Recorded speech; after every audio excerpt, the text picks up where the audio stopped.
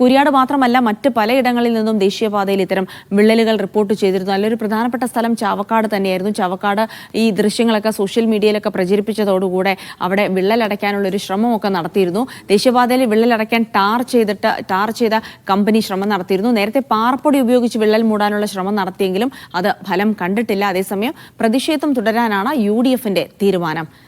അഖിൽ വിവരങ്ങൾ നൽകും. അഖിൽ, ഇന്നലെ നമ്മൾ കണ്ടതാണ് അത് ടാറിട്ട് മൂടാനുള്ള ശ്രമങ്ങളൊക്കെ നടത്തിയിരുന്നെങ്കിലും അത് ആദ്യം മറ്റ് ശ്രമങ്ങൾ നടത്തിയിരുന്നെങ്കിലും അത് പരാജയപ്പെട്ടതിനെ തുടർന്നാണ് പിന്നീട് ടാർ ചെയ്ത് കമ്പനി തന്നെ വീണ്ടും അത് മൂടി കളയാനുള്ള ശ്രമമൊക്കെ നടത്തിയത്. പക്ഷേ അത് എത്രത്തോളം പര്യാപ്തമായൊരു നടപടിയാണ്? കാരണം വലിയ അപകടകരമായൊരു സാഹചര്യമാണ്. അപ്പോൾ അതുകൊണ്ട് തന്നെ ഒരു വലിയ പ്രതിഷേധത്തിലേക്ക് കൂടെ നീങ്ങാനാണോ UDF തീരുമാനിച്ചിരിക്കുന്നത്?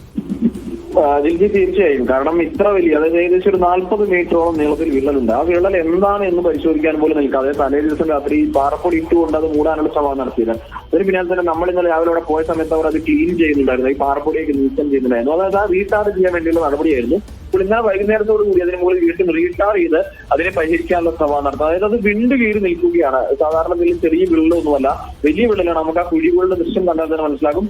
റോഡ് രണ്ടായിട്ട് പിളർന്നതുപോലെ, അല്ലെങ്കിൽ ആ രീതിയിലേക്ക് തുടക്കം എന്നുള്ള രീതിക്കാണ് ഉണ്ടായിരിക്കുന്നത്. അപ്പോൾ അതിൽ കൃത്യമായി എന്താണ് സംഭവിച്ചെന്ന് പഠിക്കാൻ നിൽക്കാതെ ഇത്തരത്തിലൊരു നിലപാട്, അത് ഇന്നലെ തന്നെ ഈ കോൺഗ്രസ് നേതൃത്വത്തിൽ പ്രതിഷേധം ഉണ്ടായിരുന്നു. കാരണം ഈ ദേശീയപാത അതോറിറ്റി അധികൃതർ സംസാരിച്ചപ്പോൾ ഇത് വലിയ പ്രശ്നമല്ല എന്നൊരു നിലപാടാണ് അവർ എടുത്തിരുന്നത്. അത്തരത്തിൽ തന്നെയാണ് അവർ സംസാരിക്കുകയും ചെയ്തത്. അതുകൊണ്ട് തന്നെയാണ് ഈ വലിയ പ്രതിഷേധം ഇന്നലെ റോഡ് ഉപരോധം അടക്കമുണ്ടായത്.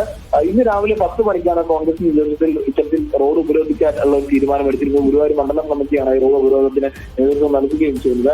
എന്തായാലും വലിയ പ്രതിഷേധമാണ് ചാവക്കാട് നിന്ന് ഉയരുന്നത്. കാരണം ഒരു ഉത്തരവാദപരമായ രീതിയിലാണ് ഈ ദേശീയപാത അതോറിറ്റി അധികൃതരും ഈ കരാറുകാർക്കാർ തന്നെ പെരുമാറുന്നത്. കാരണം എന്താണ് തൊട്ടു മുമ്പിൽ ഒരു വലിയ ദുരന്തമുണ്ട്. അപ്പോൾ റോഡിൽ ഒരു വിള്ളൽ കാണുമ്പോൾ അത് എന്താണെന്ന് പരിശോധിക്കേണ്ട ഒരു മര്യാദ അവർക്കുണ്ട് എന്നുള്ളതാണ്. എന്തായാലും കൃത്യമായ നടപടി സ്വീകരിക്കാത്തതിൽ പ്രതിഷേധമുണ്ട്. കളക്ടർ ഇന്നലെ അതിനൊരു റിപ്പോർട്ടൊക്കെ ചോദിച്ചിട്ടുണ്ട്. അപ്പോൾ റിപ്പോർട്ട് ലഭിക്കുന്നവർക്ക് തുടർ നടപടി ഉണ്ടാവുമെന്ന് കളക്ടർ അറിയിച്ചതാണ്.